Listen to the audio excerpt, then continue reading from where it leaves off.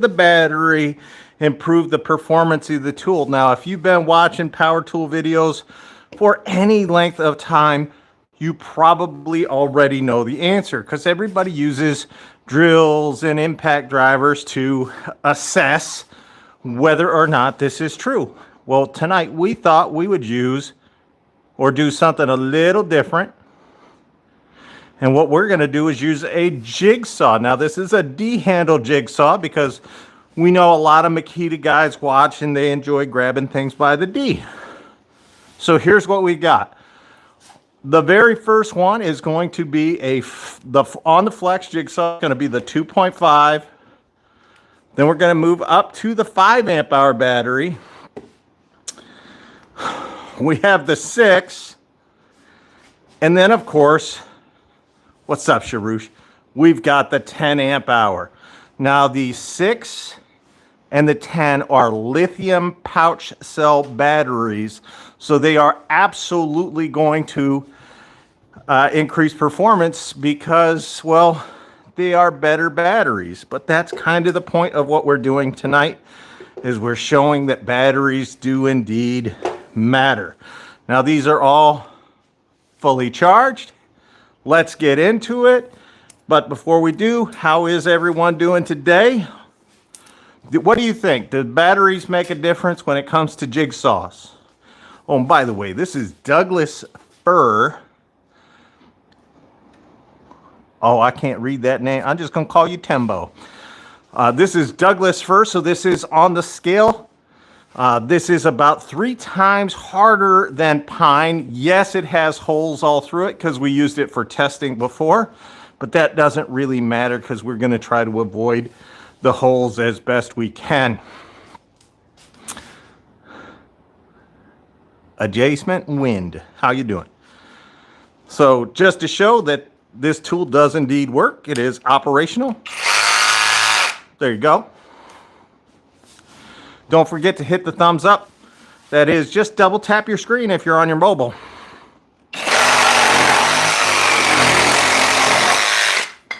And you can see that this is why we picked the Flex, because this sucker absolutely rips. It is an amazing tool. They hit a home run with this. Maybe the best cordless jigsaw on the market today. Yeah, and just for evidence, we're going to try to bog it down.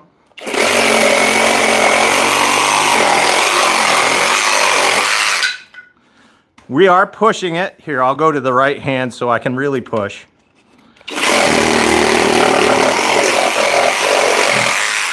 And you can see in the beginning, we did bog it down quite a bit just by forcing it. Now, this 2.5 amp hour battery, if it's on a circular saw or whatever, it's going to be much easier to bog down.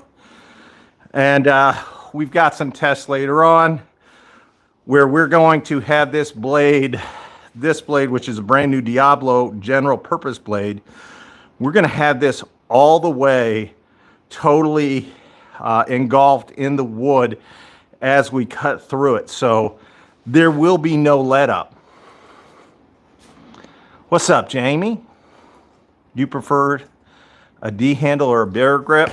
I actually like the D handles better. I get a better feel for what I'm doing. But that does not stop you from using it just as you would a barrel grip. Barrel grip's just down here. Some people say it gives you a better feel. I don't like it. I don't want my fingers that close to the blade.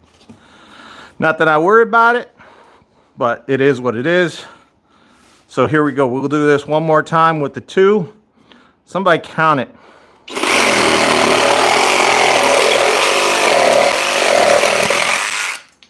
You could hear it bog down. At least I can. I don't know if you guys can. I'm supposed to be wearing hearing protection because we're using a power tool indoors. Just a good idea.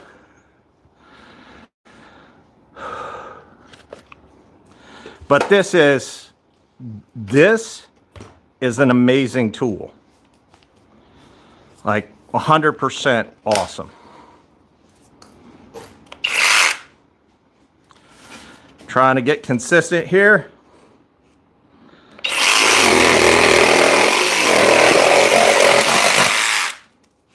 You can see it was much harder to bog down.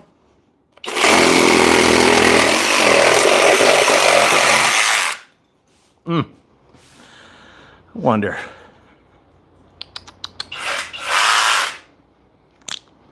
I know what I'll do, just for you guys. A few of my closest friends and neighbors. Yeah. It just so happens that I have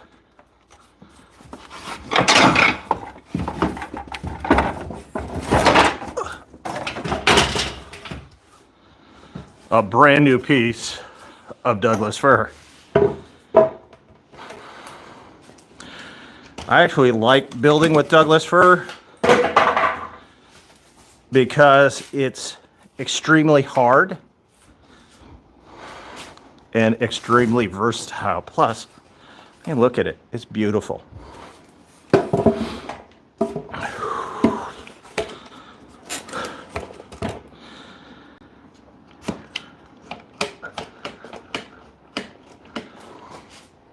Don't worry, I got more clamps.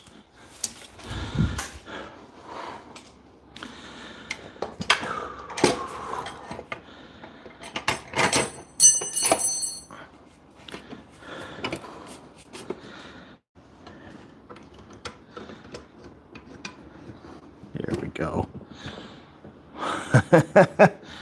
I know, it looks ridiculous hanging out there like that. But I don't have my sawhorses in here any longer.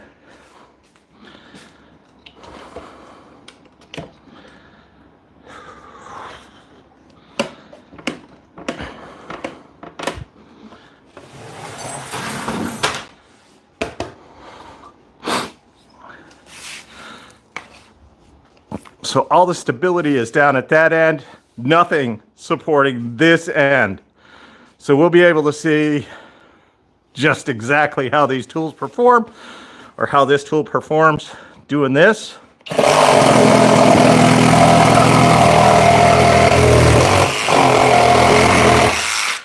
Woo! She vibrates quite a bit. Exactly what you would expect. I'm gonna anchor it more.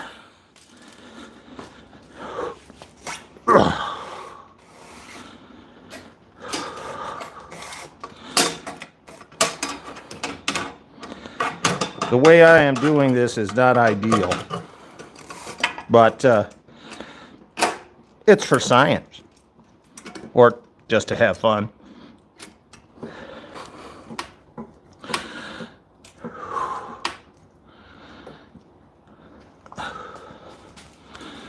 There we go. So you can see that 5 amp hour battery struggled just a little bit with all that vibration. It actually knocked off the other batteries. We'll go back to the 2.5 and see how it does.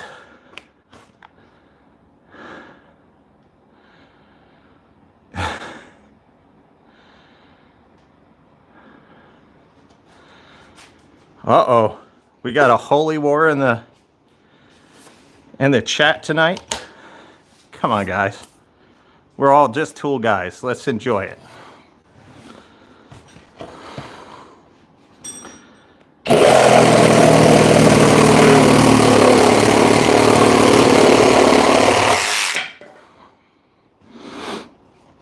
Yeah, it made a significant difference going down to that 2.5 from the 5.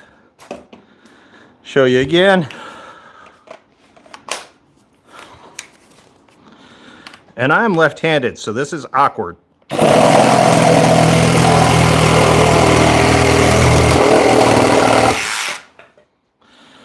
And yes, we are forcing it through.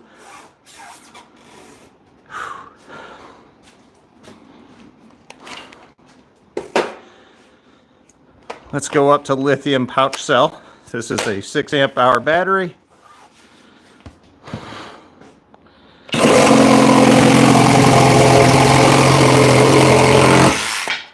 absolutely like nothing.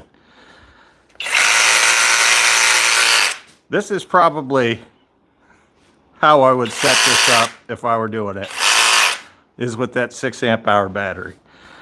Gives it great balance. That is one of the things that you want. Does give it great balance. It really does hold it down to the board, to the material that you're working on.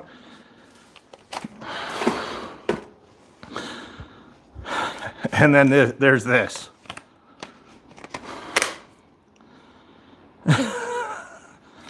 I mean,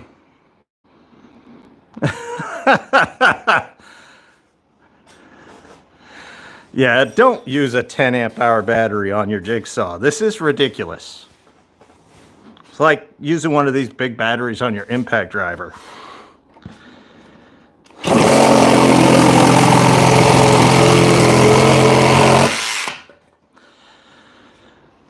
But look at that, that's a nice straight cut though.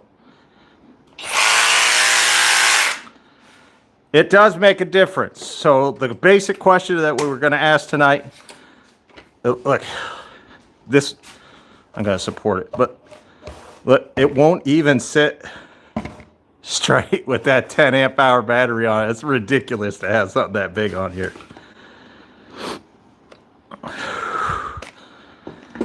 No, it's a phenomenal thing. If you don't have this tool, you should think about getting it.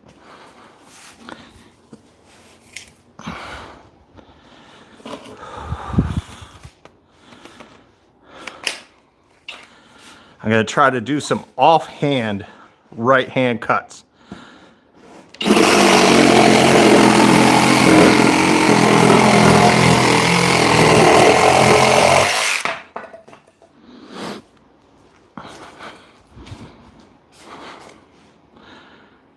That's Doug fir too, so a very hard wood.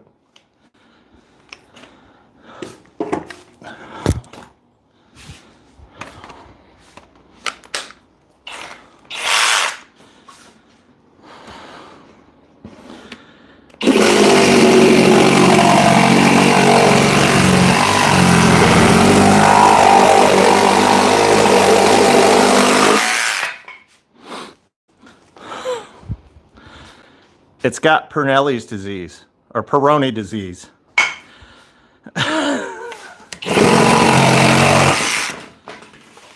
If you don't know what that is, don't worry about it.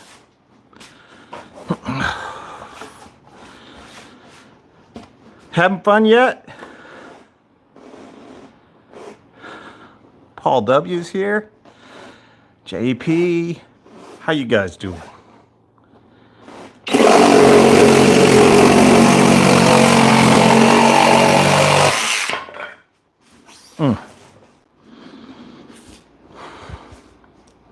Let's see how it does when it's completely buried. I'm anxious to find out.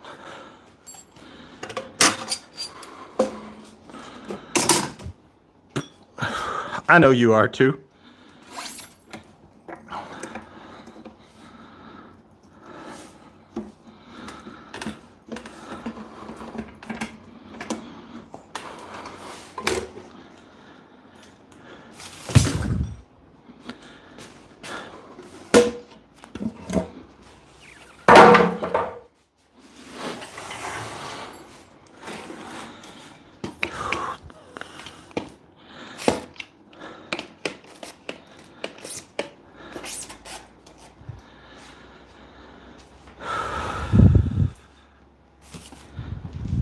And that was with the 6 amp hour battery, that last one.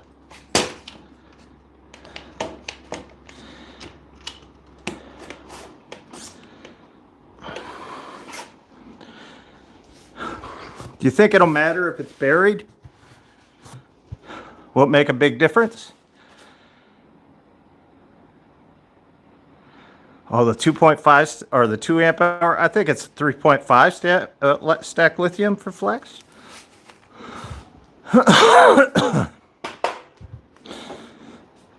Well, I don't know where the 2.5 is right now.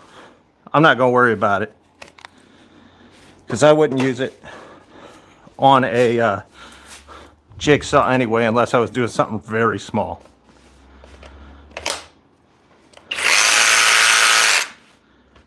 Now look, the blade is going to be buried the entire time. There is no let up.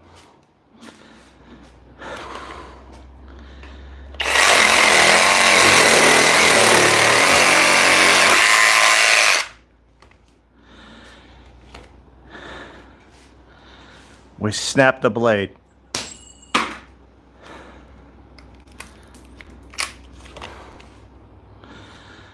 That's all right, we got more.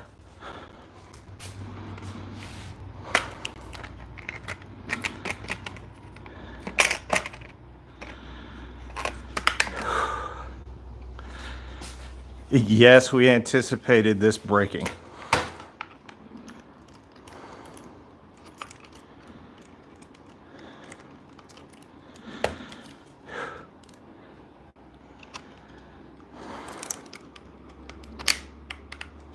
There we go. I'm just going to let her go because I can't force it in or else we're going to have the same issue.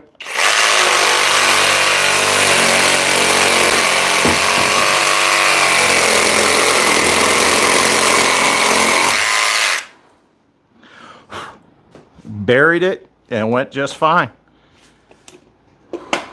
The 10 amp hour battery didn't make it. It fell. Oh, come on. Oh, trying to do it backwards. My fault.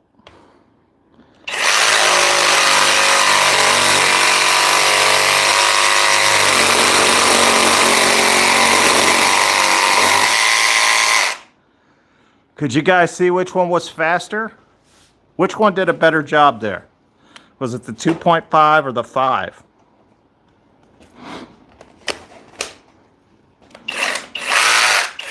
What do you think? Was it the 2.5 or the 5? What's up, Kansas? The Mansis? Oh, you're blown away by the... Is it the Flex angle grinder? That thing's a monster.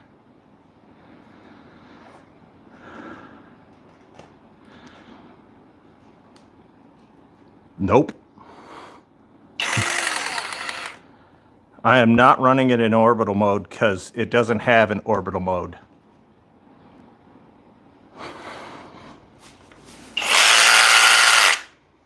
Let's try with the 6.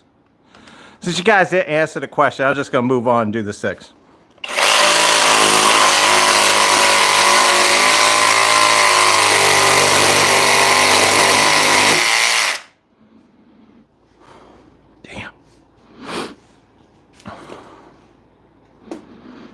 That 6 is impressive.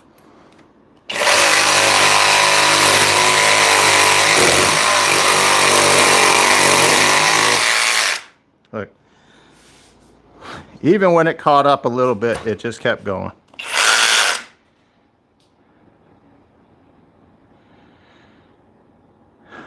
You love your DeWalt? DeWalt's a nice jigsaw.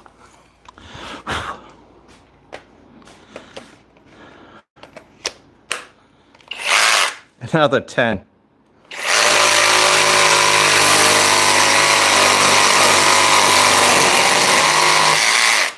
Whoever doesn't think that the battery size doesn't matter, just look at the 10 compared to the rest. It absolutely flew through this. No trouble.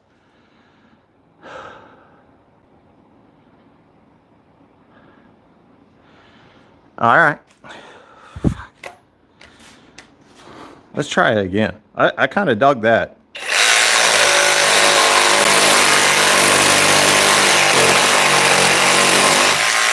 You can feel the difference in the power when it's got the 6 and the 10 on it. And huge differences. This is the end of this wood life anyway. Here's a 2.5.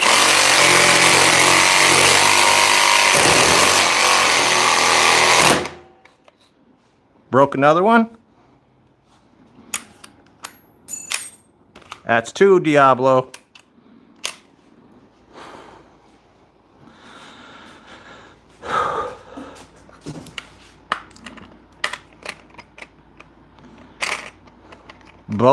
broke with a 2.5 amp hour battery.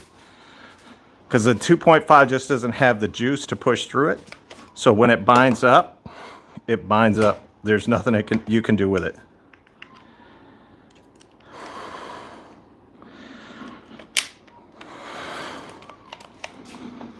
So 2.5's up.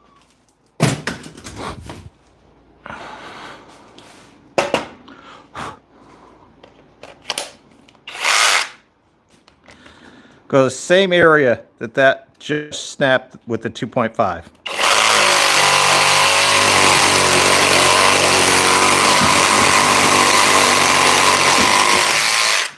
Actually had to move my feet because batteries were falling. I don't know if you guys aren't interacting here. You're just talking amongst yourself. Cut some steel with it. I don't have a steel blade. If I did, I would.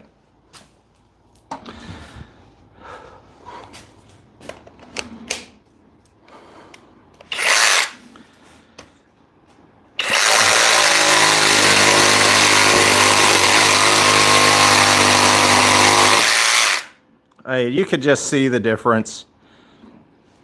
That's a huge difference when you put in one of those lithium pouch cell batteries, a bigger battery.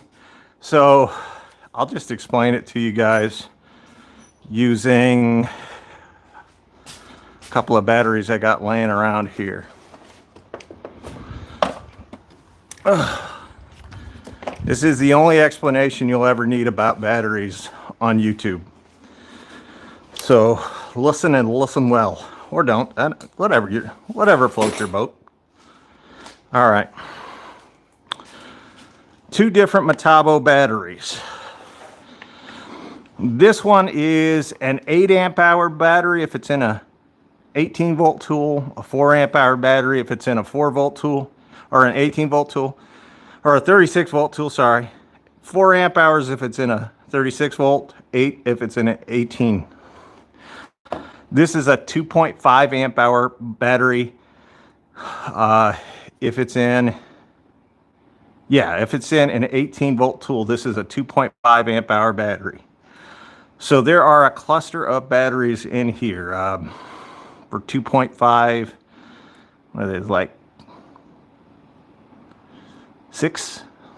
Somebody tell me 6. So these batteries work both in series and in parallel. So when you are using these and you're in a higher draw situation, there are fewer cells to pull from than in this battery. Now this battery has an additional 4, I want to say, over this one. And you can see just the size difference, right? 2 batteries, 4 batteries, I can't remember what it is. I can't remember exactly how many's in each one. Because this has a bigger bank of batteries to pull from, as they will pull from each and every one of the cells at the same time. This one is going to allow your tool to operate at closer to its maximum voltage. That is, there is less voltage sag with this bigger battery than with this one. Cordless nail guns to test? I do. I have a Milwaukee sitting over there.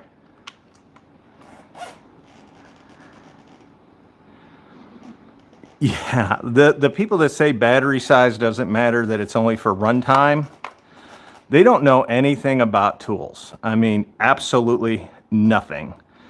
Every single tool where you can use a bigger battery, it's going to have less voltage sag than if you're running a smaller battery. Smaller batteries are not going, like, you would never run a 2.5 in a miter saw, or a 2 amp hour battery in a miter saw, because the minute that blade hits, it's going to take you longer to cut through the wood. You're going to end up burning the wood. Whereas if you used an 8 or a 10 amp hour battery, that blade is going to be able to keep rotation faster. You're going to get through your cuts quicker. That means you're going to have less burn and less trouble. Soft, comfy hands, bro. Okay. I don't know who who you're talking to there, Jamie. What's up, Dave? NS Racing. Montavo cordless nailers are some of the best on the market. I agree with that. However, I actually prefer the Milwaukee. Hopefully there are nails in this. If there aren't, we're in trouble. Because then I'd have to go look for them. You know how that goes, right? Fucking Milwaukee batteries.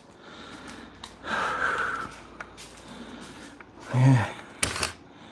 I got some in there, but not enough to get the job done. So hold on. Let me find a rack. Anybody saying, well, you could just put it on the 4x6 that you have sitting there? Hook's not quite big enough. But thank you for your input.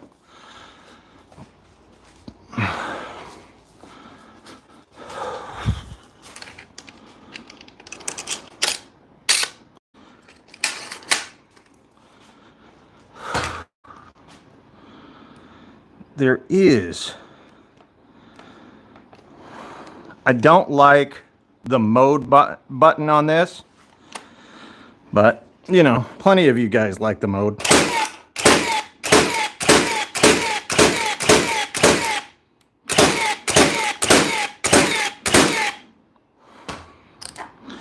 In case you're wondering if it's going in, if there are any nails going in there,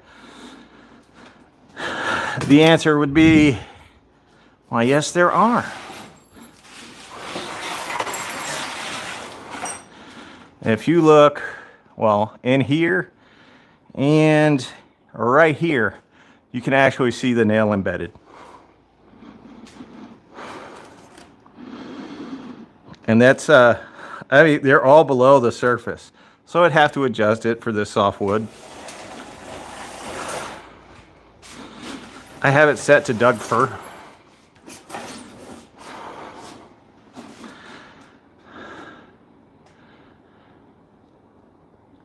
Does the Milwaukee look like an exact copy of the Hitachi? There's some similarities, I guess. Sure. There's some similarities there. I could tell you I've used Montavo, Hitachi, whatever you guys prefer calling it. I've used them before. I still prefer the Milwaukee. Milwaukee's got, for me, feel of a little better balance, a lot more consistency than the Montavo, but neither one is bad by any stretch. I just, preferences.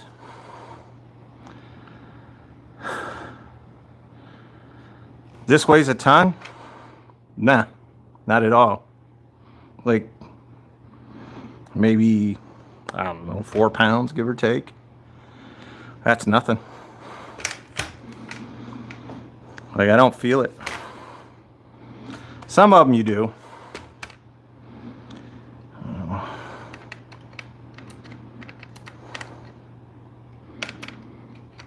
We'll see if we can dial this sucker in. That's it. That's all it took. Just to get it to where they're just below the surface.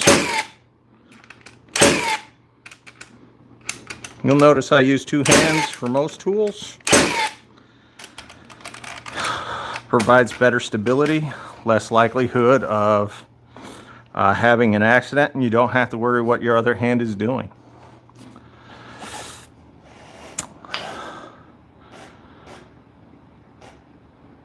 I'm with you, Tarek. This nailer hits like it's a freaking monster. Is that come in 21 plastic rack? I don't know. I don't know what you're talking about. Anyway, hey, got a question for you guys that are watching. You know that I like making fun of Makita. I don't know what you're saying. Please to Devin. If you didn't do a super sticker or something, like it doesn't show me what you guys are talking about. I get the chat, but I can't scroll through that.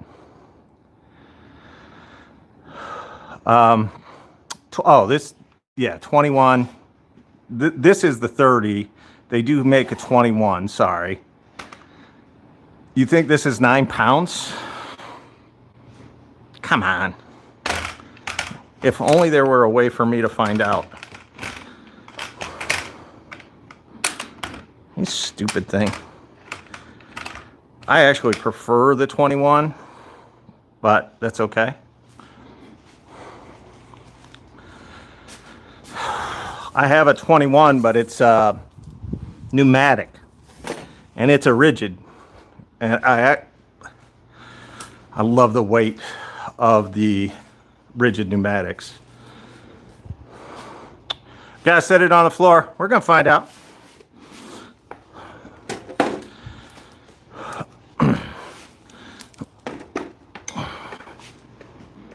That's a lot heavier than I thought. Here, I'll show you. A lot heavier than I thought. Don't hide anything.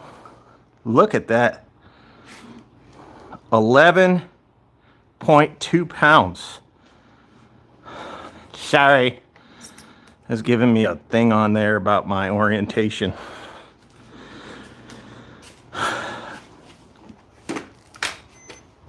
So that's a lot heavier than I thought. Good call. Feels like 5 pounds. Doesn't feel heavy to me.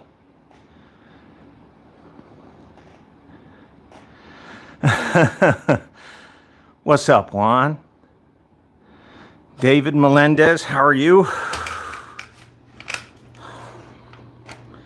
Ugh. That is one thing that I don't like about the Milwaukee nailers. Is it's hard to get a 3 amp hour battery out of there. I don't know. What do you guys think of this? Home Depot has rigid compressor 3 nailers on sale for $250. Wait a few weeks, Sharush. It'll be like $200. So what do you guys think of the nailer here? Pretty impressive, right? I like it. Hope you like it. If you don't like it, buy a different one. Doesn't matter to me. I don't sell them. I don't get commission for them. So that's how I feel. Buy whatever you want. And the Jigsaw, I mean, that Flex Jigsaw is the best. Home Depot or Lowe's is better. If you're a pro, Home Depot, by far. If you're a Joe or a homeowner, it's Lowe's. I'm with you, conventional. Corded tools are the best, dude. Batteries are not good. I mean, 10 years ago, I may have agreed with you, but I unfortunately grew past 10 years ago. You got the, oh, for a penny? That's a great deal, Jamie. You only had 12 fuel combo. I don't know, Dave. Depot is better, yeah. Hey, John. Greetings from America, Mario. I don't know what's up with you in underwear there, Juan. No, you're wrong. You just haven't tried something modern. The modern cordless tools actually are better than corded tools. Mr. Hungry? So anyway, back to my idea about Makita, because you guys know I love making fun of Makita. Well, Kamala, the Ugandan giant Harris, she if you guys don't know who Kamala the Ugandan giant is, he's a wrestling legend, absolute pioneer in his field.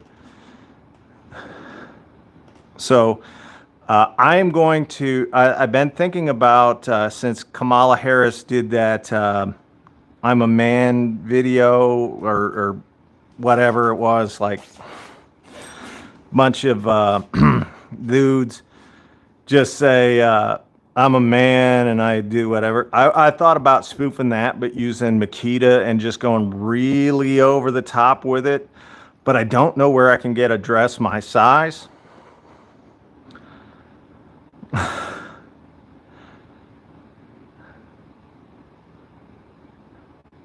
Yeah, I am talking about that one, Sayer. Passlo's great. Used Passlo for years. I don't like buying the gas cartridges. It was a stupid commercial. But I thought about spoofing it and being like, I'm a Makita guy. Of course I have a Makita, and I have a Makita that matches every purse. Stuff like that. Okay. Oh yeah, it was a total S show there, Sharouche. I'm with you, Paul. Oh, so yeah. But I thought that would be funny. You know, it's kind of political, so I didn't know how you guys would feel about it.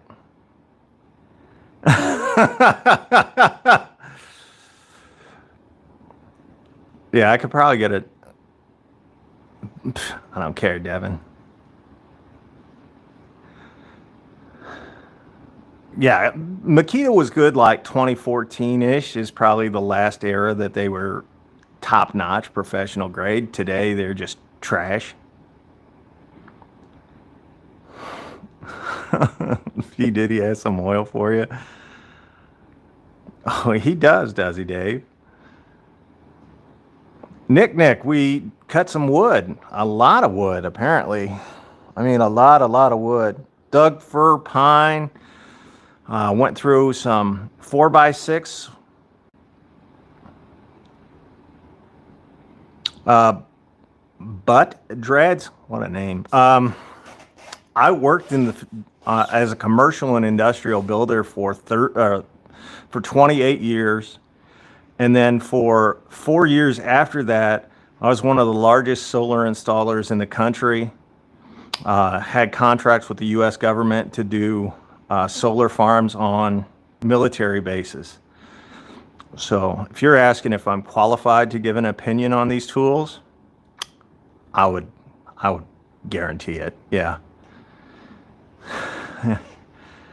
Flexible handle.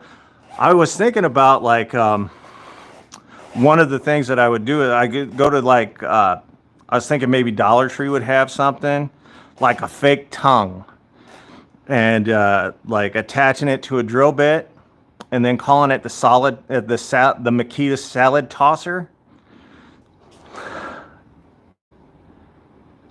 I don't have 90 years. It's just 32.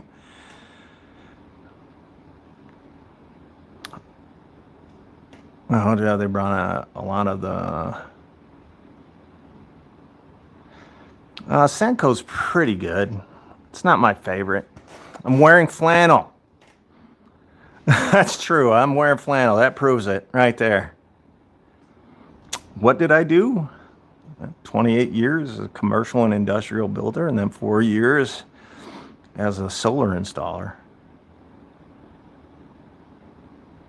Andre, you're absolutely correct. The size of the battery does matter. It matters quite a bit. We showed it tonight using a Jigsaw. 2.5 struggled greatly, as you would expect.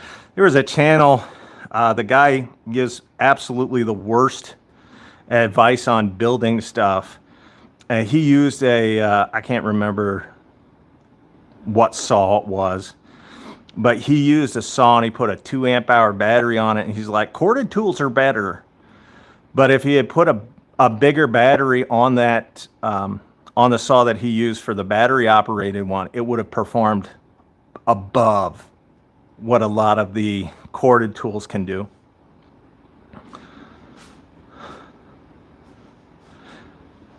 Have Festool, that's cool. Festool's great. Overpriced, but definitely perform.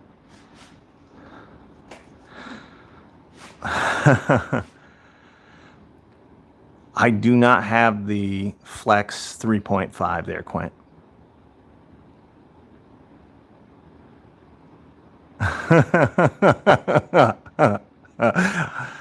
I believe you, Juan. Sounds like the video that Caleb ripped into. It may be. I've only caught the dude's videos a couple of times, and the one that I saw was just completely misrepresenting battery operated tools. Frankly, if you get like the Milwaukee M18 Fuel circ saw and you're doing OSB or MDF or ripping pine or whatever, you can basically run with that saw and it'll just cut. The Flex Volt circ saw, same thing. I mean, the dewalt is absolutely incredible. The Flex, if you put like the rear handle Flex, if you put a 6 amp hour battery on that sucker, just go all day. It's incredible. Yeah, it's like handicapping the battery is what he did. The battery operated tool to make a point. And the point that he made was that he shouldn't be using tools. I also saw him give advice on how to build a fence that was utterly wrong. Like every part of his advice was wrong. 1.5 on a rotary hammer. Work for 3 seconds and then charge the battery. Yeah, it's Tarek. A battery operated tool of today, the modern tools, will straight out outperform most of the corded. Now, when you get into the really big corded circ saws, no, they can't quite compete there yet. But that doesn't mean they won't. Watching the Mennonites. And air tools are incredible if you've got a big enough compressor. I don't remember the name of his channel. It's some kind of, he calls himself a professional contractor, and honestly, the dude's a joke. It is the brushless motor. Yeah. 1.3, that's just ridiculous. 300 volt cordless circ saw. All right, Apache.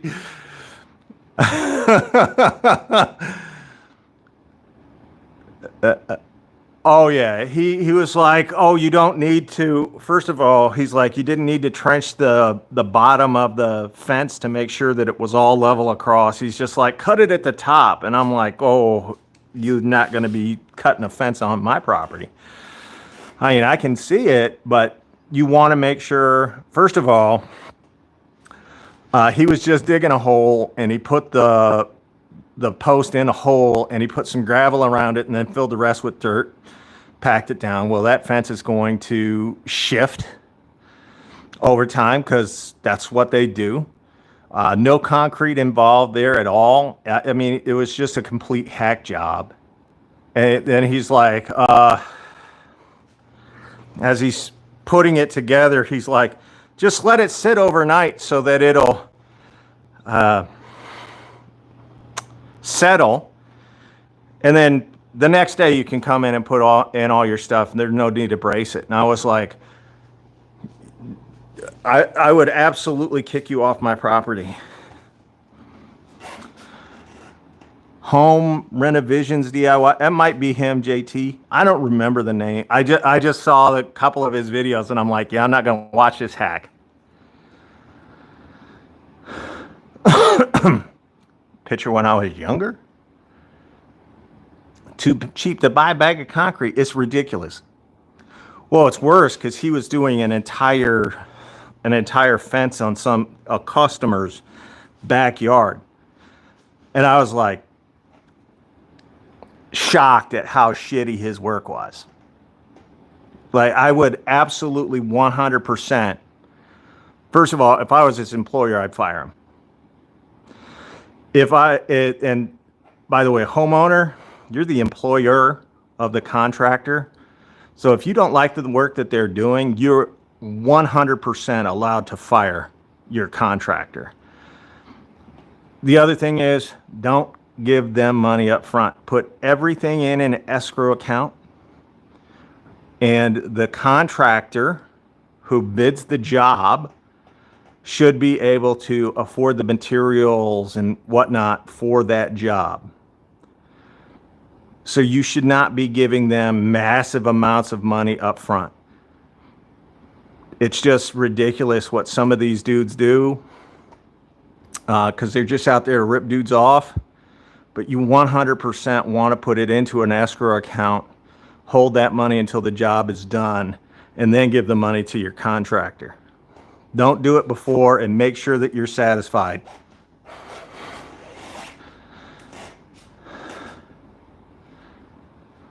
Of removing asbestos? That's not good.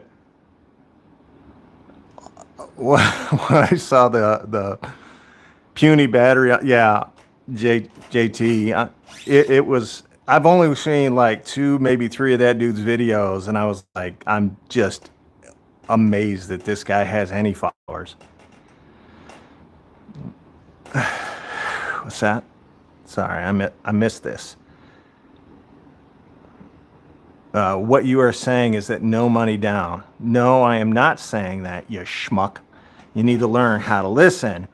What I said was, a professional contractor, if they're good, they have enough money to go out, buy the materials and whatnot to do the job. That is the job that they are bidding on. You put the money in an escrow account. You're talking about no money down. You're talking about a loan because you don't know what you're talking about. An escrow account is an account where the monies for that job are held by a bank. If the contractor needs additional funds, you have to sign off on the funds. They have to sign off on the funds. Then you both have to, or you have to agree with the bank to allow a certain amount of that money to go out. Now, that can be you helping him out with materials if he's in a stretch, but you should not be fronting half or even a quarter of the job up front. That is incorrect. The escrow account is there to protect you, the homeowner, because the homeowner doesn't have the mental capacity, that is, they don't have the cognizance to know what the job entails or how it should be done. By going into an escrow account, you're protecting yourself. That money's not there, so the contractor can't just come to you and say, write me another check, write me another check, write me another check, because a lot of them will, and it'll be shitty work. Then if you're not happy, they can't get your money from that escrow account. You're safe. That's exactly what I said. You should learn how to know what you're talking about.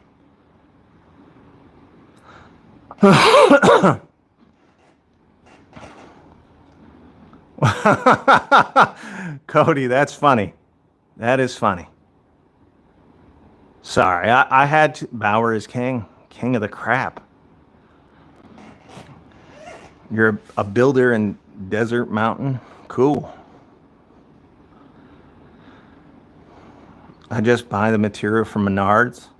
I don't like the idea of paying for materials and just paying. Well, the contractor will do a markup because they get contractor pricing when they go to a lumber yard, whether it's Home Depot, Menards, Lowe's, a local. Like we have 2 here in my small town. Sweet. I don't know who you're trying to impress. But they'll go to a lumber yard. They'll get contractor pricing, which is anywhere from 10 to 30%, depending on who the contractor is, below what they're offering. They also get bulk pricing. Like I don't. If you guys ever go to Home Depot and you're a pro, you go to Home Depot, you order everything through their pro desk. They'll pull the material, have it waiting for you. When you get there, they'll give you a better deal than just standard. A much better deal. What's up, George? That's up to you. Does battery size matter? Yes, Caleb. We're just talking about you. Caleb Ross is here. Hey, Caleb, you did a video about battery size and a circ saw. And I know it was a spoof video. Who was that channel that you were making fun of? I want to make sure I get the right one because the dude's a hack. Some construction workers were making it look like a ryobi impact driver had a lot of torque. Were you watching VCG, Andrew? Canadian dude. No, the contractor does not pass the savings on to the consumer. There are a lot of hacks. I know, Sharush. Home Renovations DIY. His name is Jeff. He's in Canada. Well, that explains a lot. Do they let you bid on your materials? Well, there you go, Tarek. What's up, your boy Ram? Andrew Bond. Might as well been watching BCG.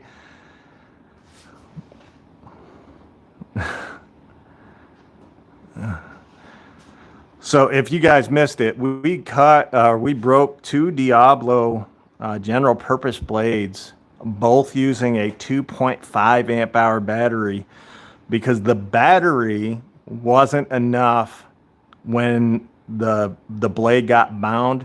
The battery wasn't strong enough to keep the blade moving. So it went to its weakest point, which if you've ever used a jigsaw blade, we all know that they break inside the collar. Both of these did break inside that collar, whereas the 5, 6, and 10 amp hour battery doing the exact same job. The battery provided enough boost to that jigsaw, even when it was bound up, to continue to cut. Milwaukee multi-tools are trash.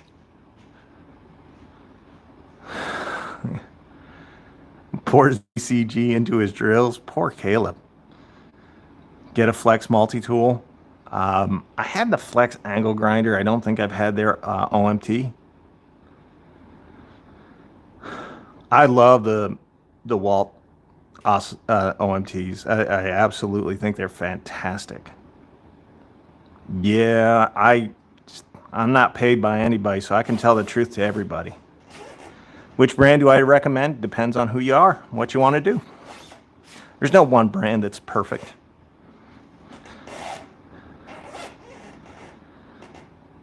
I want to try the new rigid OMT because it has like a vibration dampening, which TTI OMTs suck because they vibrate too much. It makes it very difficult when you're in need of power to make a precise cut with power. I want to see what Caleb said. Sorry. I've seen a lot of videos to that home renovation DIY, pour concrete in an inch thick, right on. Oh, for fuck's sake. He shouldn't be doing any videos. He's an embarrassment if he's doing that. Flex angle grinder is second to none. I agree. I like food, Jet Set Jarrett. I'm fat. I obviously like food. Milwaukee multi-tools are trash. Sorry to hurt your feelings. Just the truth. What's up, Mahar? I hope I said that right. My computer model numbers? No. You use the N12 OMT in cabinet cutting? Oh, I feel sorry for you. So are you guys on board for me making fun of Makita again? Are there any differences? will both vibrate awful. The M18 and M12, they both vibrate too much. They are not fun tools to use, which is terrible. You do not want to do that when you're using an oscillating multi-tool. They're obviously very loud, as all oscillating multi-tools are. Thanks, Jarush. Home Renovision DIY. Terrible channel. I've only watched like 2 or 3 of his videos, and everything that he said in those videos was wrong. So if that's the same guy, everything he said in his videos is wrong. Makita does blow. You want his channel removed? Why? I don't want anybody's channel removed. If I could have him on my channel, I would ask him if he knew anything. If you loose and ear bud search. Okay. Is that dude who put 2 amp hour on a skill set? Yeah, your boy. That's the dude.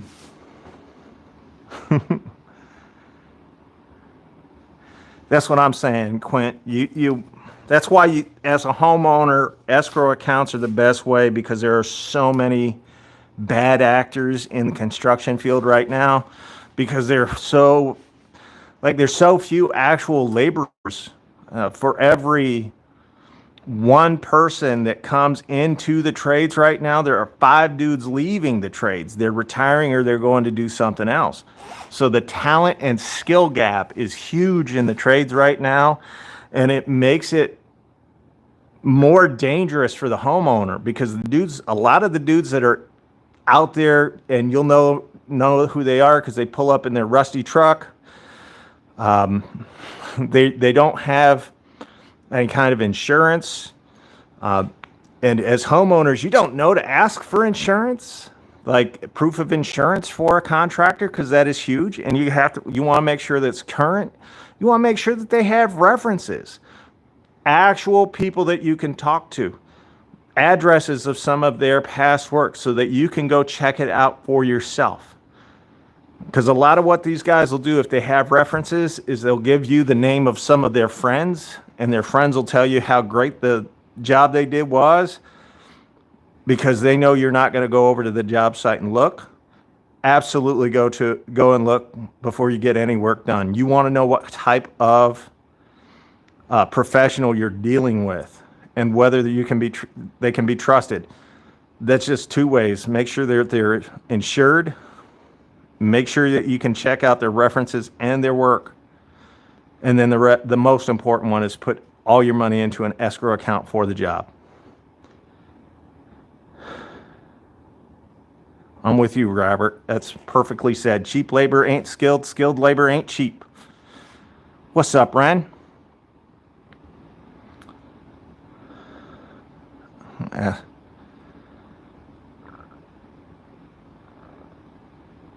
I like that, Tarek. That's what you're supposed to do. HVAC, a lot of bad actors in HVAC and plumbing. Yeah, dude. We've had 2 companies in my town. It's a very small town. 2 plumbers go out of business in the last 2 years because they were bad actors.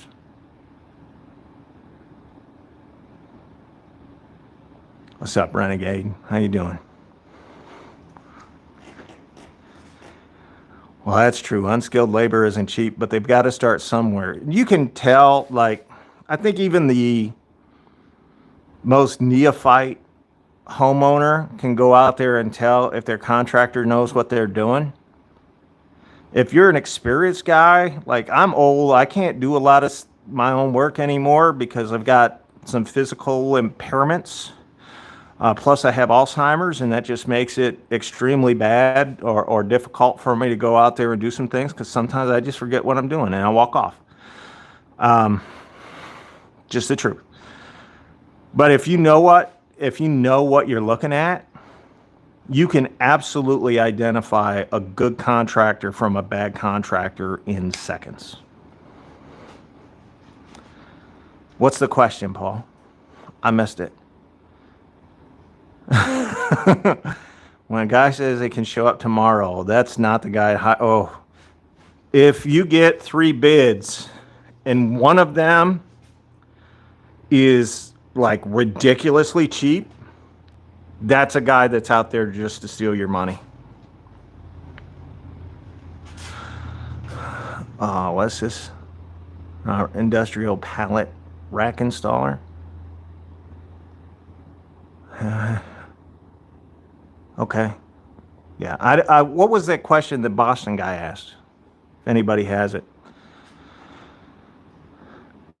I have OCD. I can't decide which tool I want to use for any given job. Believe me, Dave, I've read your emails.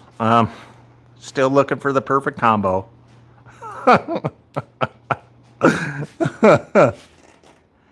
What's my field? Retired. I'm retired now. But I was a commercial and industrial builder for 28 years, and then 4 years as one of the largest solar installers in the country. Had a guy scissor lift on his phone, with no PPE, and his spotter also on the phone with no PPE. Just fire him now. What do I do if my contractor didn't finish his work and is now ghosting me? You got to sue him. That's the only thing you can do. You can report him to the Better Business Bureau and the state attorney general. And what they'll do is they'll look and see if he has insurance.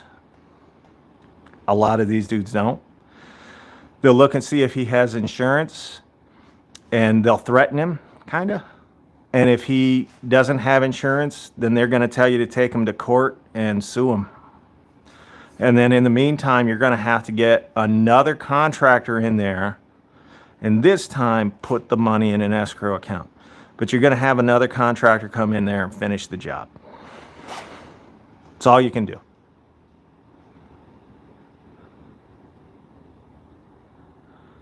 Didn't finish and won't come back. Okay, thanks, guys. Oh, bid. Yeah, anybody that bids you low is just there to steal your money. They're not serious contractors, because there's so much that goes into it. First of all, you actually bid a. I'm just going to give you guys the ins and out. You bid no less than 25% above what your building and people costs are going to be. Because in every job, there is going to be the, this is wrong, I got to fix it. If you don't have that 25% built in, when that event occurs, then you're going to go back to the homeowner and you're going to be like, oh, this is messed up and I'm going to have to get more money from you. Well, what if they don't have it? So always bid, when you're making your bid, 25% minimum, no more than 35, because at 35 you're trying to rip somebody off. 25% minimum above material and labor cost. That's where your profit's going to come in. But after taxes or whatever, you're only going to end up actually making about 2 to 3% profit on a job. Truth. Ain't nobody else going to tell you that, because none of the other guys know.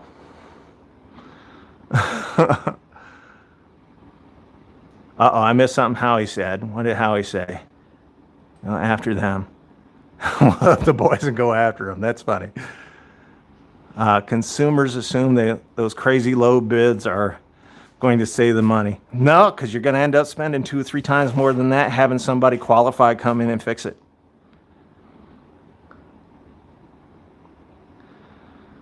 Who's a phony? What's up, Dan? Joshua, new guy, ask question, you can't joke. Oh. I was taught no matter the job size, once you're 500 over budget, you need to talk to the homeowner. Well, the thing is, let's say you bid the job at 25% above cost labor, right? You finish the job early, VCG hack. They did some remodel series on their go watch it. You'll see that you shouldn't ever hire them. They're probably great landscapers though. Anyway, let's say you bid it 25% over cost, right? That's your profit. You finish the job on time, no major hiccups or no hiccups at all. Here's what you do to get that customer to come back to you and recommend you to their friends. You go to them and you say, job's finished. It didn't cost us as much as we thought. So what we're going to do is we're going to give you, say, $300 of your money back. All we ask is in the future, if you should need anything, give us a call first. And if any of your friends need anything, we're going to leave some of our cards around. You can give it to them and let them know about the great work we did for you. That's it. Simple. What you've done there is you have created an advocate. Somebody that's going to go out there and champion you as a contractor. They're going to give your name to 10 different people. Now, if you, let's say, you bid the job and you have to keep coming back to the customer is saying, I need more money. I need more money. I need more money. What they're going to do is whenever somebody says to them, hey, I got a job that I need done, they're going to tell every single person they know, every single person that they can find not to use your business because you're a thief, liar.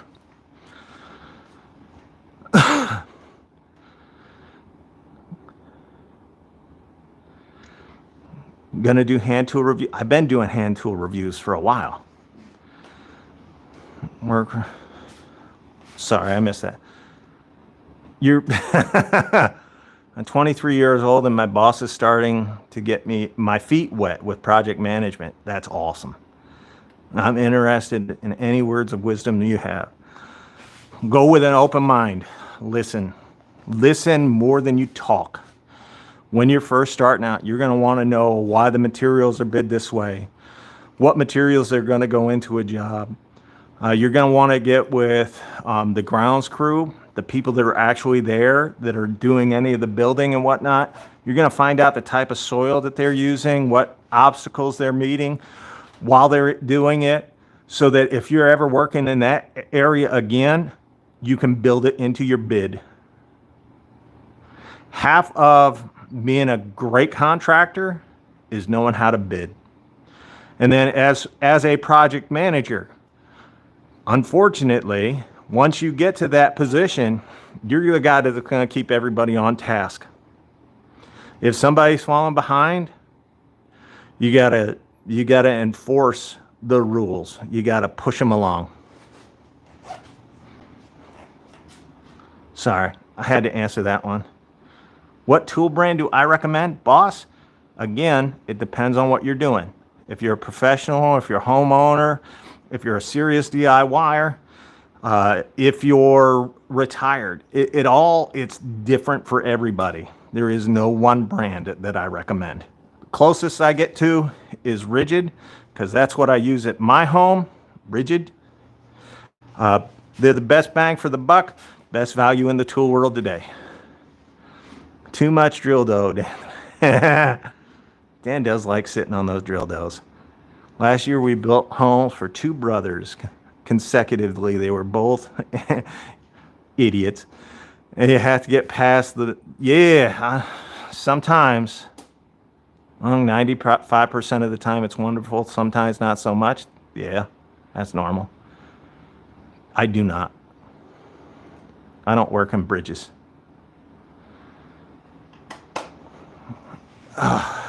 No, it is not what I started off with. Truth be told, I started off years and years ago using Black & Decker.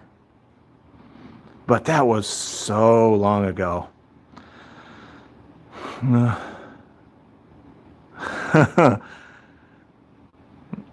That's what I'm saying, Sharush. I can't give him an all-in-one because I don't know. Mechanic versus anything else. You know what? The mechanics, they should be using DeWalt, but a lot of them are using Milwaukee. I should have stayed with Makita. No. I've never been homosexual. Do I still have the tool? I've got somewhere around here. I have the first drill that I ever used on a job site. It's a 15-pound Black & Decker hammer drill. And mind you, I am 6'4", and this sucker is probably 3.5 feet long. I'm doing great, Rod. How you doing? Porter cable. I have Porter cable. Sorry, they're trash.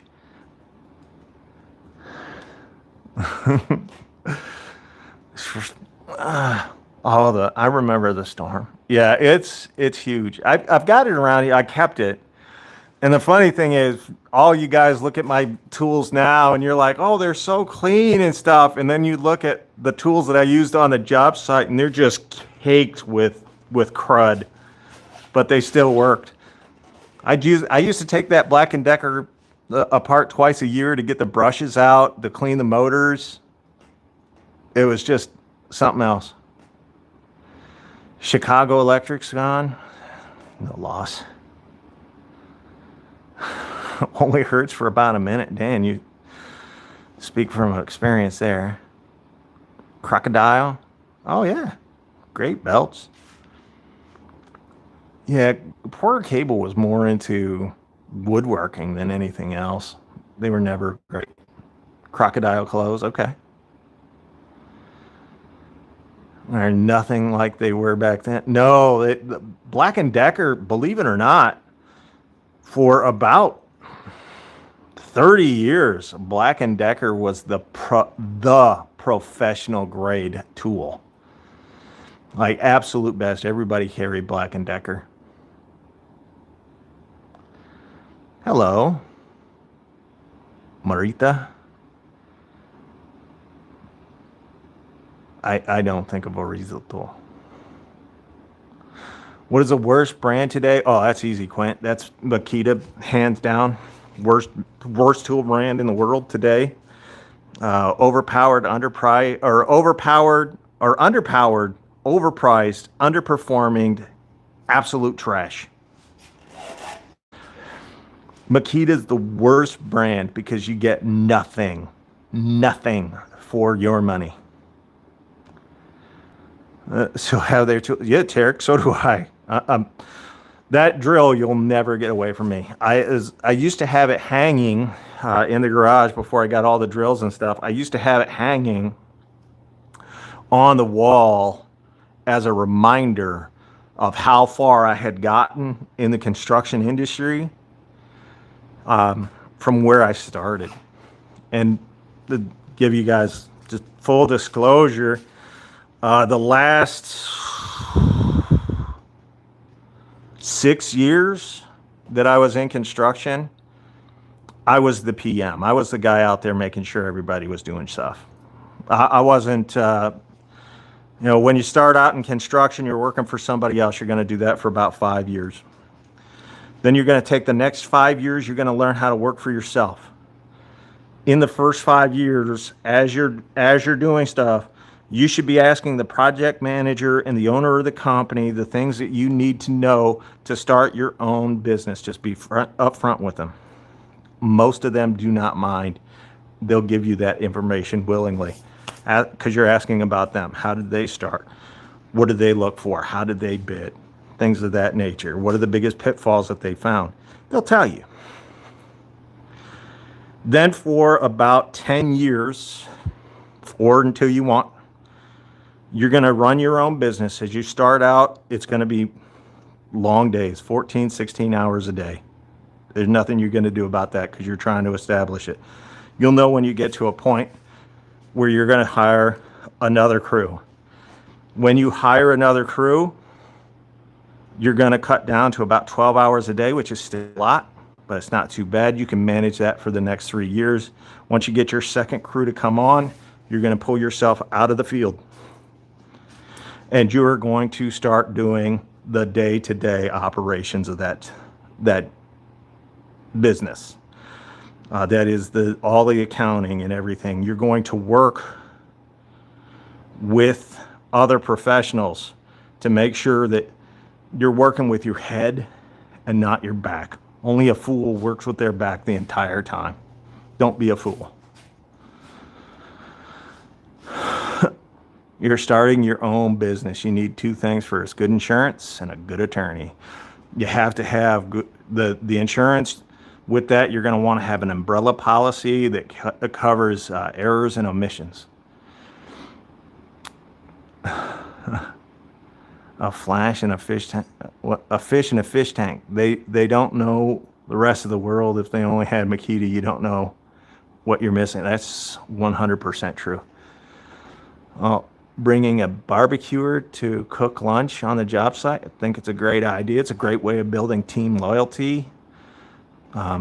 Definitely a great idea for anybody that's doing this. This is bothering me. This is one of the blades that we broke today. Bring bottles of baby oil. You're definitely a Makita guy. That's what you're supposed to. Yeah, that's about right there, Joshua. A tool is brushed or not just by the sound. Yeah, the brush motors have a completely different sound. I'll show you. I'll bring it to you. I still have, it's a newer brushed drill. I hate it. And then I have a brushless alternative. And I'm just going to grab the first battery that I see for it because, well, it's ridiculous, but hey. Oh, that's brushless. Never mind. I got to get the right drill. Sorry. There it is. There's that horrible noise. Okay. So for those of you that don't know, this is a brushed tool. You hear that noise? That high-pitched, awful sounding noise? This is a brushless tool. This drill and this drill have about the same power.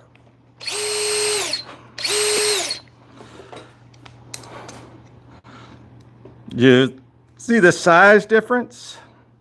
So brush tools are typically bigger because you have to accommodate for an elongated motor that holds the brushes, as opposed to this little guy. This is a brushless. I know, 12 amp hour battery, stupid looking, but I don't care.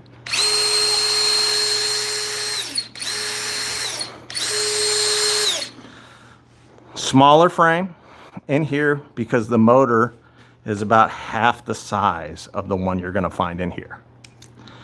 This is going to provide you with better run time, more power, more consistency. The only thing that this gives you a slight advantage on, because you can replace brushes, no brushes here, this may last you longer, but you're going to get about a third of the work done because it's going to drain the battery much quicker. I hope you guys could hear that, the difference in those two. I never know how the sound quality comes out in this because I can't hear what you hear.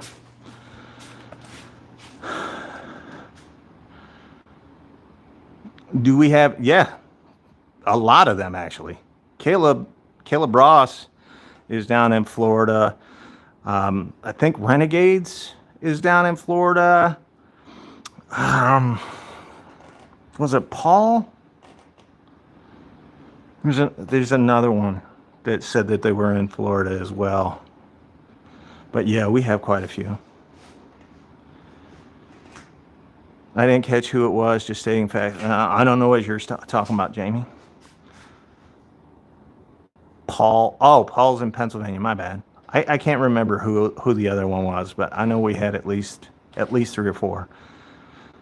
How much are tools really marked up? 50%?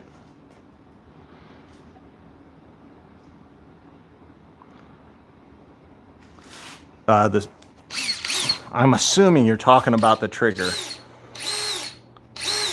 So you can see, as soon as I start pushing in on it, there's an immediate response. Now, if you're talking about this, the switch, stiff, but not bad. Up here, about average. It's exactly what you would expect. None of it's bad.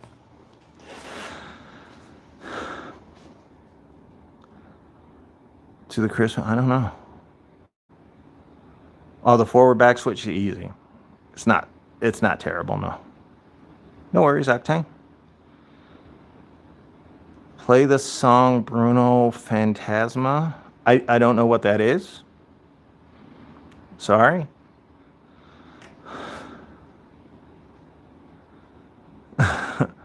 Rigid or Milwaukee, depends. Just depends. If you're a professional, you want to go with Milwaukee, although you can show up with rigid and be just fine. For a homeowner, I would almost for every homeowner, I would suggest rigid. Rigid's the best value in the tool world today. It's not sloppy. Not sloppy at all. It's very, here, you can hear it. No slop in it at all.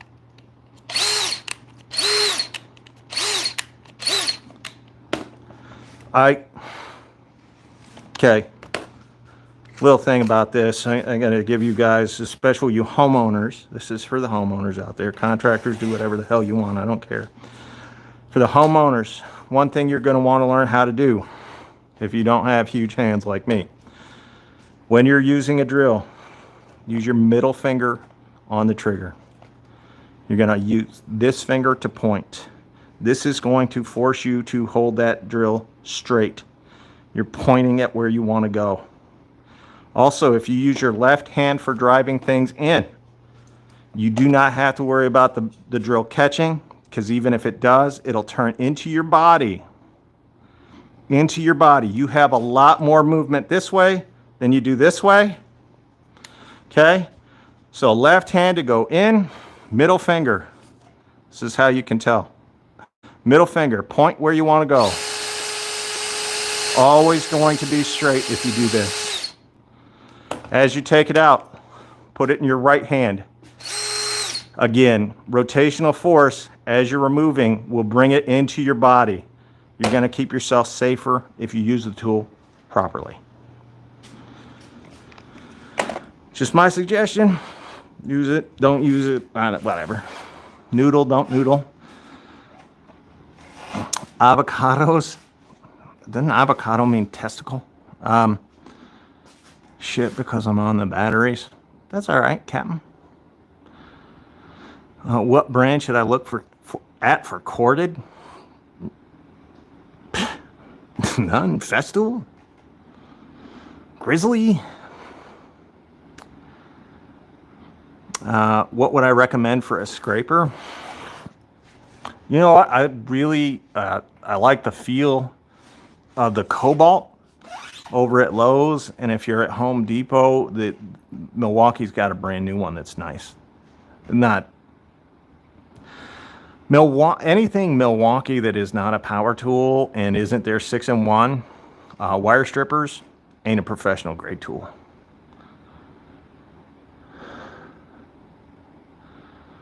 I always use it.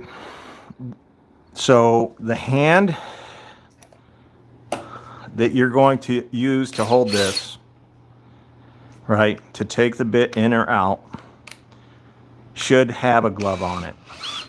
You don't need to, and if you've got larger hands, you're just going to be SoAlz. I've got a 2XL hand. I cannot find gloves that fit, that are comfortable for me, so I go without gloves. But if you have a normal size human being hand, yeah, I would say wear gloves just to be safe, especially if you're a homeowner, because you're not used to the heat.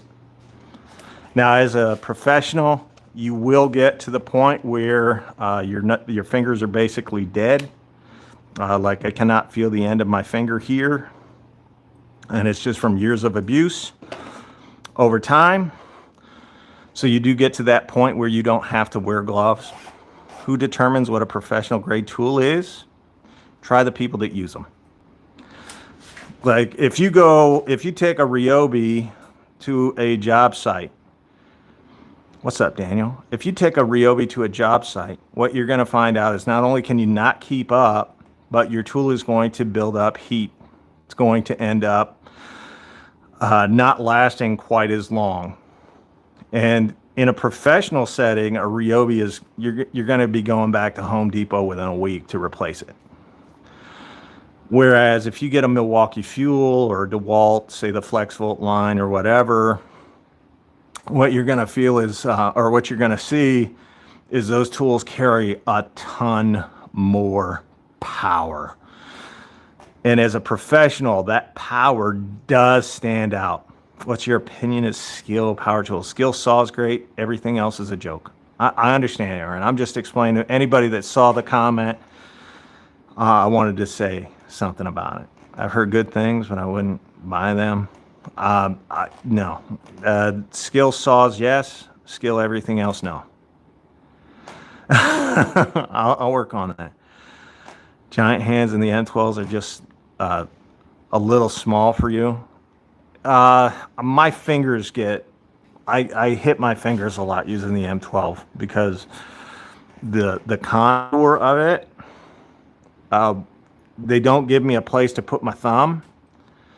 So I either put my thumb over the forward reverse, or I try to have it bent like this to accommodate my finger. Spinning things and gloves don't mix. That's not true. And it's just what you buy. So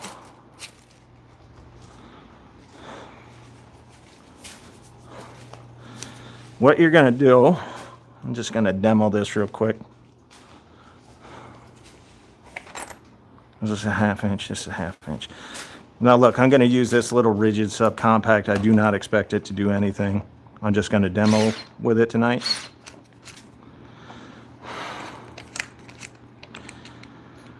There is a right way to put these bits in. The guys that just hold this, now watch. See? You don't want to, I actually am pulling the trigger. And you can see that I have this tool stopped. Right? In case you were wondering. Boom.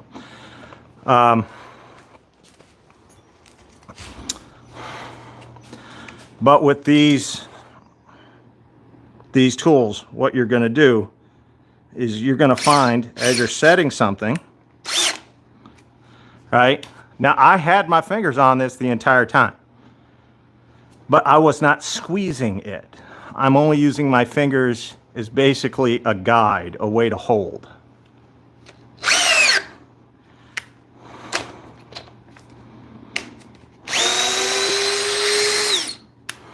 Right? So you can do it. You can use glove with these. You just have to be smart enough to know how to do it. Don't do it this way because the glove will actually catch and you'll feel it. Do it this way. See? Fingers on the trigger, it's squeezed. You can see it, it's squeezed. But because I am doing it properly, I will not get hurt. It's all on how you do it. And it's all on your approach. Most of the guys you see, when they're doing this, when they're putting a bit in, first of all, they do it wrong. So they'll spin it all the way out, then they'll set it in here. They'll hold it like this to get it tight. Well, what you're doing is you're requiring your pinky, to hold most of the torque. That's going to overpower you, right? Also, your bit, you can see here on this how it is kind of off center. So as you're using this tool, what you're going to find is that the bit will round off over time, and probably under any heavy load. So what you want to do, sorry, I didn't expect it to go that direction because I thought I had changed it. What you're going to do is you're going to want to get it close to where you think the bit will come in. Make sure that your alignment is right, and you can see I have it pretty much dead on. Boom, done. Now that's going to not allow that bit to round over during the course of the day as you're working. Yes, it takes an extra second or two, but it'll be worth it because you're not going to replace your bits nearly as often. Now on a twist bit, doesn't matter, unless you're using those quarter shank ones, which I don't recommend. Just use an impact driver. Oh my God.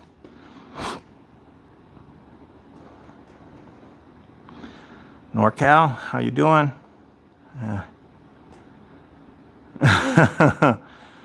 What hole dozers do you like? Oh, I am so glad you asked. I did a video on this a while back, and let me see if I can find it. I found the box, that's close enough. I 100% recommend getting the Lennox over Diablo or over Milwaukee or DeWalt. The Lennox are going to hold up better. They're going to last you longer. They're going to stay sharper. They're not going to break. Diablo breaks too easy. Lennox, 100%.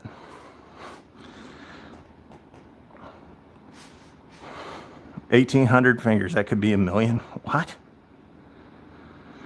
Honestly, I hate your videos because I learned the wrong way, but I started using your technique. I'm grateful. Well, thank you. I appreciate that. I try to help people, but the way I approach people is going to be the way you approach me. Too many people go into my comment section. They act like they know it all, or that they just show up to complain or whatever. Those people offer little to no value. So I try to get rid of them as quick as possible. I'll insult them. I treat them the exact way that they treat me, and the way they treat you guys by going into my comment section. My belief is if you don't agree with what I say, prove me wrong. Pick up your camera. We all have them. We carry them with us every day. Pick up your camera and prove me wrong. Now, most of the guys will not do that. It's just too easy to be a keyboard warrior, sit there and say, oh, you're wrong, you're wrong, you're wrong. But when we actually talk about technique, when I show you guys or take the time to talk to you about technique or whatever, you're going to find out I'm right.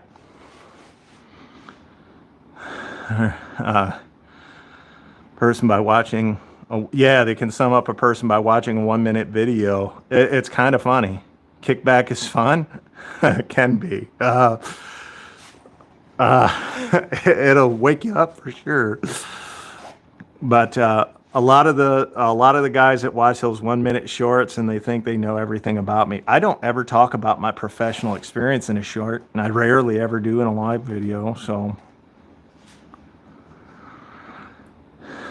battery, considering purchasing Milwaukee instead of buying well, you should absolutely buy current DeWalt. You're going to be amazed at how good they are.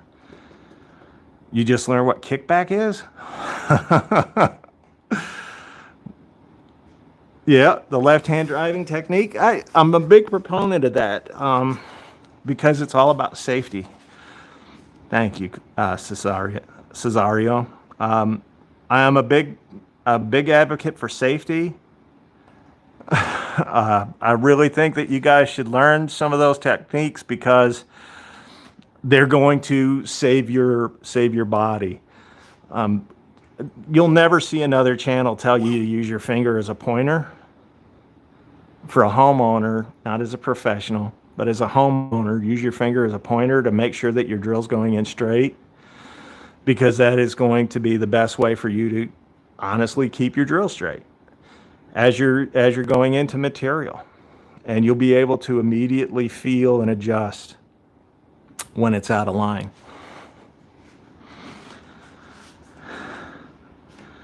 Thanks, Sharouche.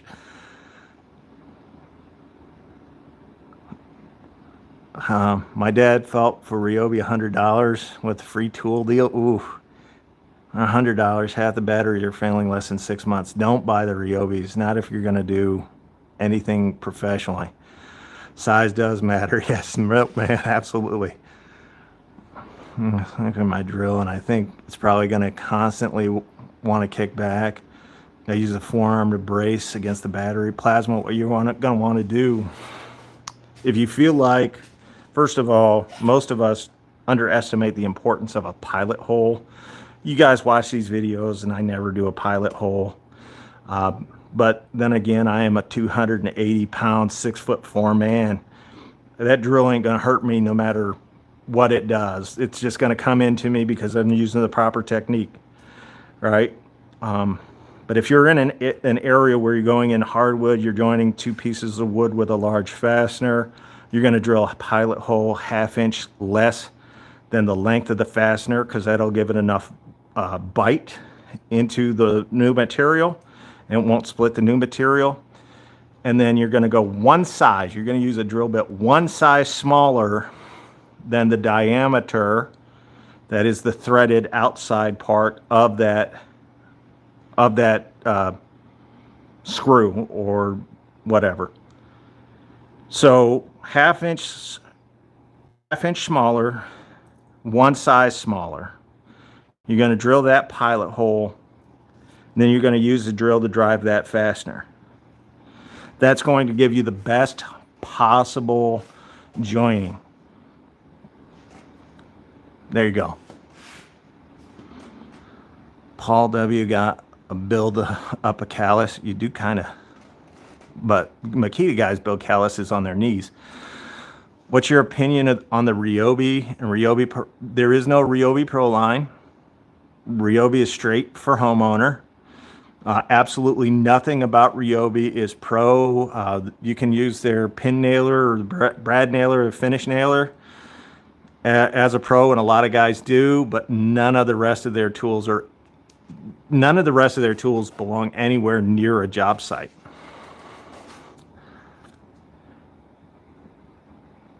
I hold the drill the same way all the time, every time.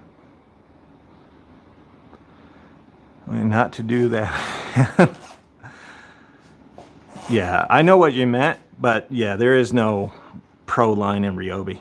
What is my opinion of Sears Craftsman's tools? Well, Sears is gone and Craftsman's crap.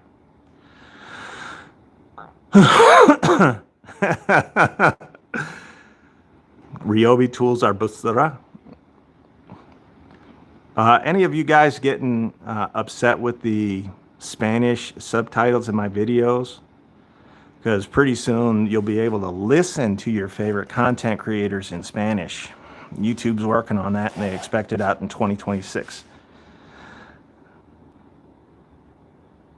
What did Makita do to deserve this crap? Well, that's easy. They made overpriced, underpowered, underperforming tools with 3-generation-old batteries. They're just terrible. They were great, but they don't exist anymore. Okay.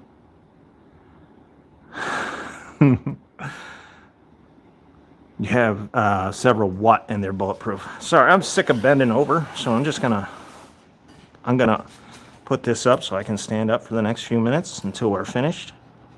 I'm just answering you guys' comments right now. Be sure to hit the like button, because nobody else is going to talk to you like the way I talk to you. And they have the worst fangirls. If you're talking about ryobi, then yeah, the bear. Probably the worst fangirl I could think of. Oh no, that's Manscaper, sorry. Doesn't matter, a candy striper or an accountant. That's like 7 pairs of knee pads. Like Makita tools. Yeah, the Makita tools are terrible. You like them because you haven't used anything else. Best tool lines out. Bauer, Ryobi, Makita, Porter Cable, and Dongchang. What about Haichika? Well, thank you. Hey, thanks, Escobars. I appreciate that. Escobars is a new member.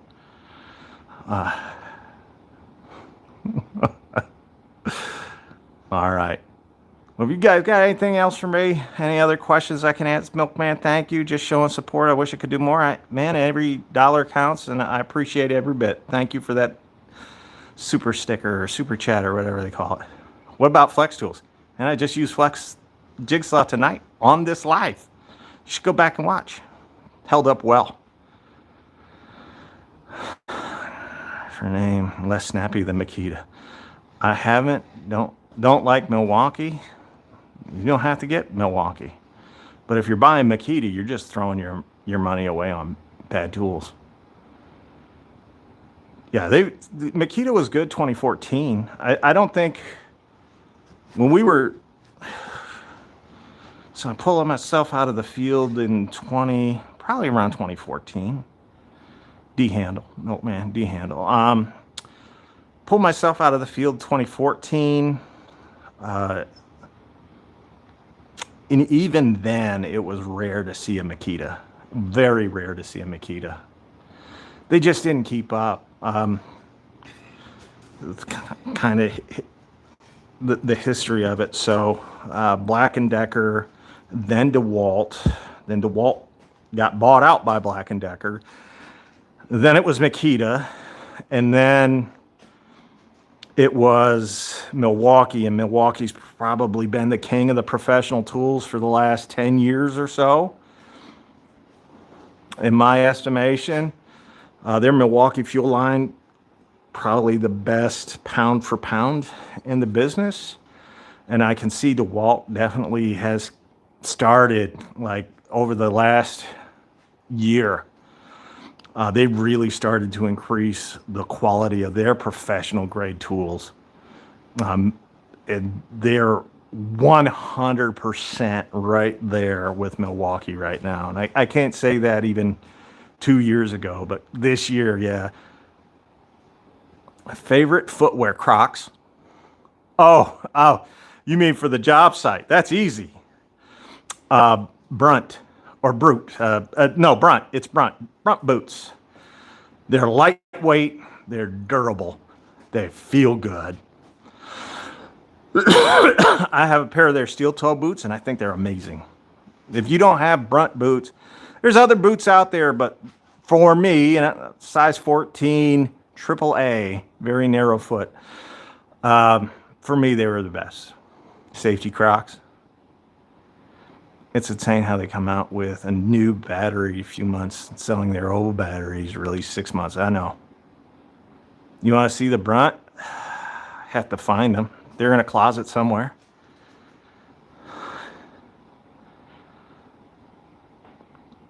Thorogoods was, if you guys don't know the Brunt boots, you got to look at it. American-made company, American-made boot.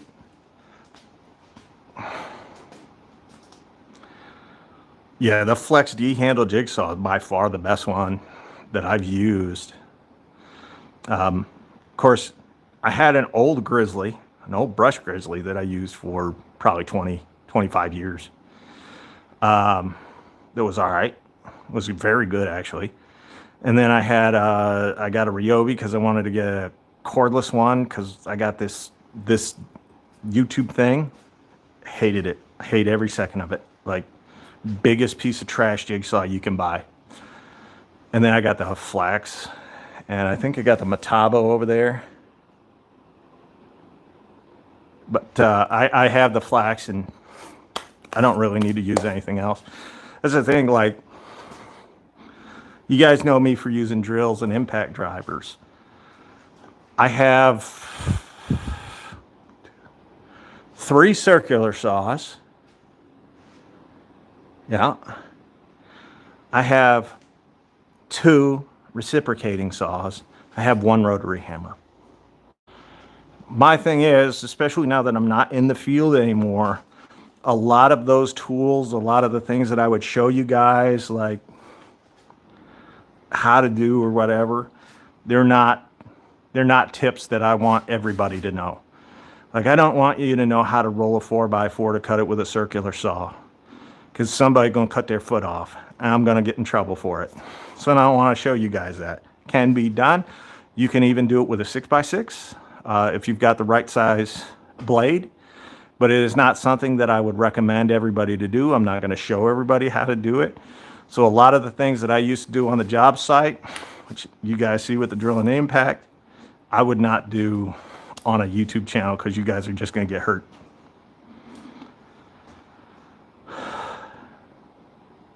Oh yeah, the rigid, I love the rigid boxes. Can't get it to cut straight.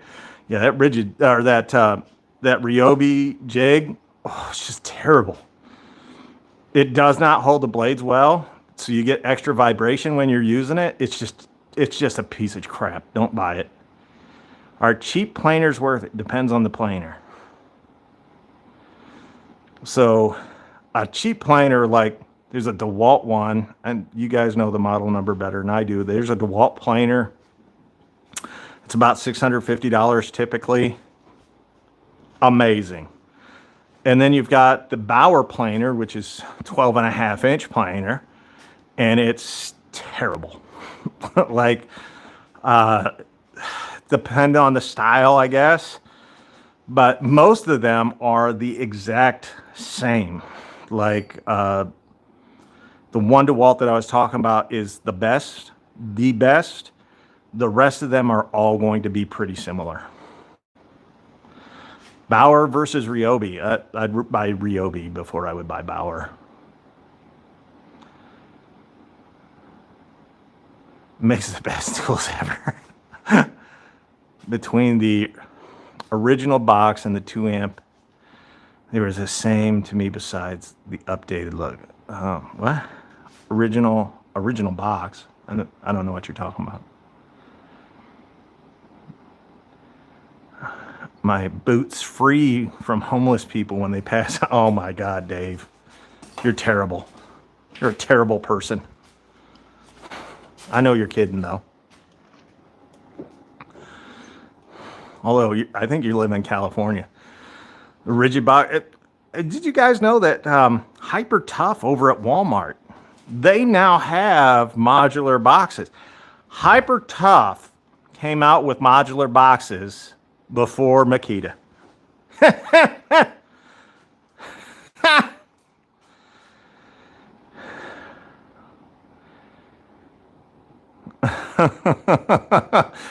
Nobody, Paul.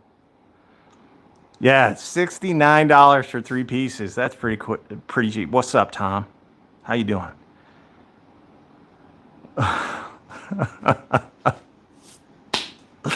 I mean, if you're getting beat by the likes of freaking Hyper Tough to market with something, that'll tell you how far behind Makita is. I did not see your message, Crystal. That's my sister. I think that's Crystal De Benedetto. Decent cutoff tool. I gave a pair of my $225 boots to a homeless guy sitting. That's nice of you, Ren. You're a good dude. The Hyper Tough is actually pretty good for the money. Yeah, the Hyper Tough installation driver was great. I really like it. It's the first time my sister's ever been in one of these. Keeter makes most of them. She texted me. Well, I'm busy. I have not tried rigid, Ron. I have not tried the rigid 23 gauge pin nailer yet. I think you mentioned this on another live, but we know the upcoming Home Depot Black Friday deals are this year. We have an idea of what they're going to be. I'll see if I can download the pictures. They're not great, but I'll see if I can download the pictures and put them on my community page so you guys can see the Milwaukee deals. That's all I've got. Concrete tools past years, so make all manufacturers are leaning toward them now. I don't know. World of Concrete's a big thing. Where you go, gamer? As long as you buy what you like. And for allegedly a girl email address, 1,800 fingers. Have I tried Simple Green Cleaner Super? I have not. Saw the Flex nailers at Lowe's today. Yeah, they look pretty good, but damn, no, I don't buy them. I don't know that Flex has a future. I really don't. So if you guys didn't know, since my sister is here, I have 5 brothers, 3 of which are still alive, I think. And I have 4 sisters. It was a Home Depot every Sunday. No, well, I don't go on Sunday anymore. I think Gamers Project Farm is perfectly fine for an engineer. Bosch Chameleon. I have the Bosch Chameleon. It's awesome. 4 still alive. Randy and Warren are gone. Oh, well, Lauren Dane had cancer, so I don't know if he recovered or not. What is your first choice for rear-handed circular saw? It's actually the Flex. It is actually the Flex foam. Oshnu nail gun. I think the same thing about Bosch as I always thought. They make great tools that nobody wants to buy.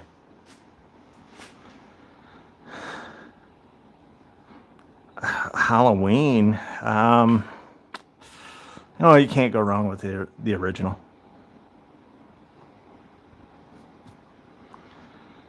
Are you still here? Well, that's good. I haven't talked to Lauren Dane since Mom died. Every Monday, Home Depot does their clearance on Wednesdays. Wednesday morning.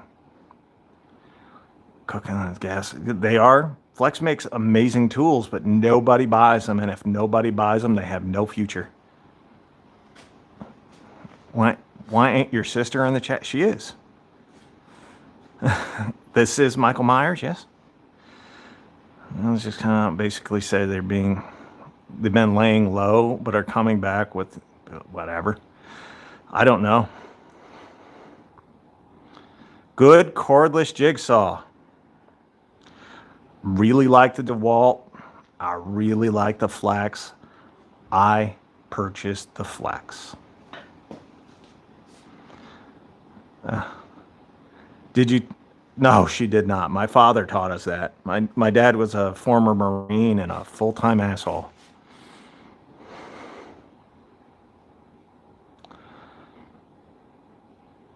Tough Built Stack Tech is legit. It looks amazing. Really one of the best systems out there, but they have the same problem as Flex. They went to Lowe's, no one buys them, and no one cares. No worries, Damien. Flex battery compatible with dewalt, just saying, like Matco. No, they're not.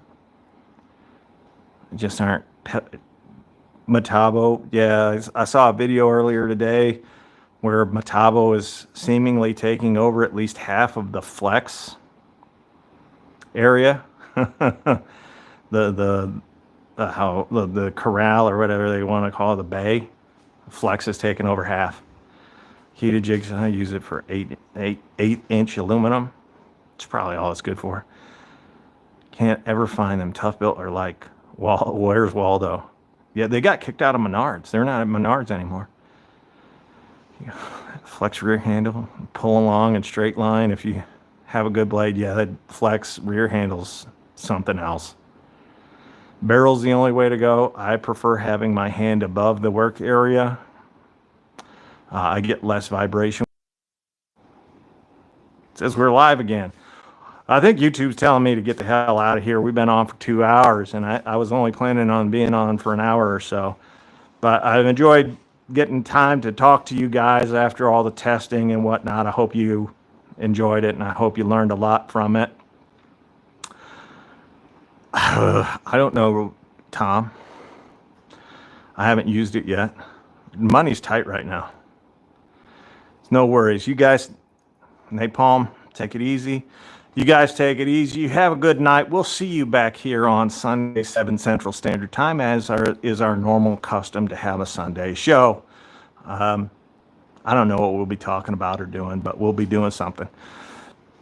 So for all you Makita guys out there, don't forget, blow them like you know them. And for the rest of you, manscape like you landscape. If you trim your bush, your deck will always look big. Take it easy.